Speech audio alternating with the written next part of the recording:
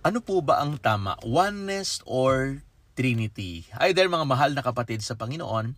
Once again, Pastor Ariel here at talakayin po natin ito napakahalagang topic na ito. No? I know na marami pong magre-react, depende po sa ating posisyon. At may isang tanong po na, itong tanong na ito ay matagal nang pinag-uusapan. At minsan, di minsan pala, madalas pinagtatalunan. Yung oneness ba o Trinity? Alin ba talaga ang tama sa dalawa? Hindi naman po simpleng debate lang po yan. Ano?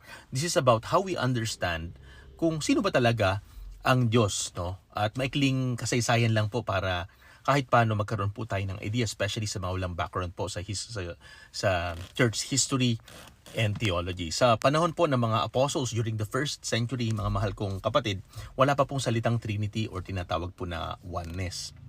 Ang malinaw lang po na alam, iisa po ang Diyos, ang Panginoong Hesukristo, siya po'y Panginoon, at ang Espiritu Santo ay buhay at siya'y kumikilos. Simple po yan, at napaka makapangyarihan na paniniwala. Pagdating po ng 2nd century, dun po may lumabas na mga teaching na tinatawag na modalism.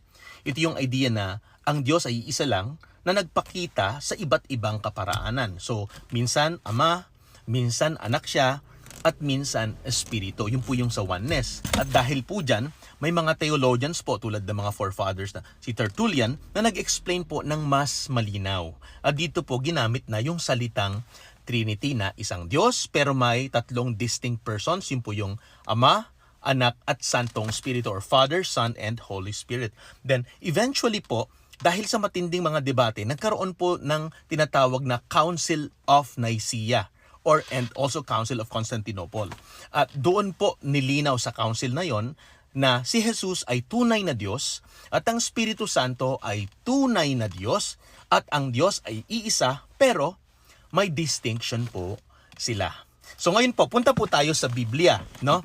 Hindi po dun sa mga council. Hindi po tayo magbabase dun sa terms. Magbe-base po tayo sa revelation ng Holy Scripture na iisa po ang Diyos. Malinaw po yan. Okay? The Lord is one, Deuteronomy chapter 6 verse 4, no?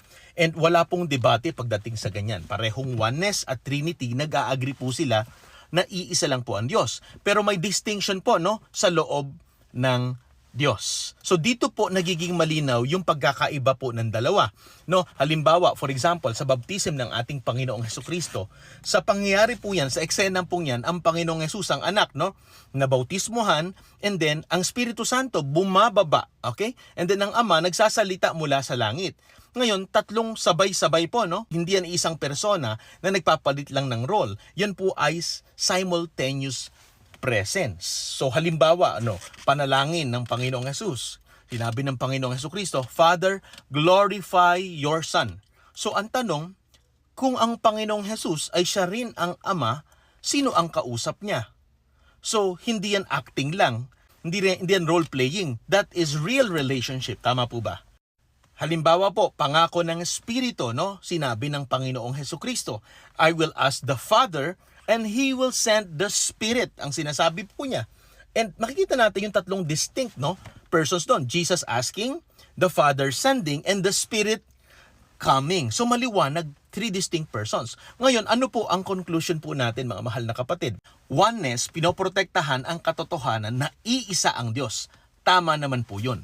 Pero hindi nito kayang ipaliwanag ng buo yung mga passages po kung saan may interaction po ang Ama, Anak at ang Espiritu Santo. Doon po yung naging problema. Dahil sa Trinity po, hindi sinasabi pong tatlo ang Diyos. Ang sinasabi po doon, one God, 3 distinct persons. Equal po sila in essence, united po sila pagdating po sa nature. At itong pinaka-consistent sa kabuuan po ng Scripture kung aaralin po natin. Okay? At bilang kapatid sa pananampalataya, ito po yung aking paalala, mga mahal na kapatid sa Panginoon, and I want you to listen carefully. Hindi ito usapan ng sino ang mas magaling. Hindi po ito paramihan ng argumento. Marami pong oneness believers na sincere. Mahal po nila ang ating Diyos. Naglilingkod po sila ng tapat. At nirerespeto po natin yan, no? Pero bilang mga guro, bilang mga leader, bilang tagapagturo ng salita ng Diyos, responsibility rin po natin na ituro ang buong katotohanan ng salita po ng Diyos. Ngayon, ito po yung aking huling mensahe sa atin. Kung tatanungin mo ako bilang isang pastor, teacher, at isang Bible student and professor also of systematic theology, ang Trinity po ang pinakabuo, pinaka-consistent at pinakatapat sa kabuuan po ng Biblia. Hindi po simpleng explanation po, pero ito ang faithful explanation. So tandaan po natin, mga mahal kong kapatid sa Panginoon, hindi mo kailangang gawing simple ang Diyos para maintindihan mo siya ng lubos. Kailangan mong tanggapin kung papaano niya ipinahayag ang kanyang sarili sa pamamagitan ng banal na salita ng Diyos. Ang Diyos po ay iisa, pero siya ay hindi kailanman limited sa ating simpleng karunungan or logic. I've been telling this to my students. Sabi ko sa kanila, kahit gaano na natutunan nyo patungkol sa Diyos, kahit ikaw rin ngayon, ikaw man ay pastor, estudyante, Bible scholar, student, no? Kahit gaano kadami na dagdag na karunungan mo mula sa Panginoon, I want you to listen. God is always more than what we already know. Maraming salamat po at naway patuloy po tayong mag-aral, hindi lang para manalo sa debate, kundi para mas makilala po natin ang Diyos ng mas malalim at totoo at mapuno po tayo ng pagmamahal sa ating kapwa upang ang bawat nakakasalamuhan natin walang kinikilalang Panginoong Hesukristo ay magkaroon sila ng tunay na pananampalataya at relasyon at magkaroon din po sila ng buhay na walang hanggan. Once again, Pastor Ariel here. Patuloy po nagpapaalala sa atin to remain shining and stay amazing.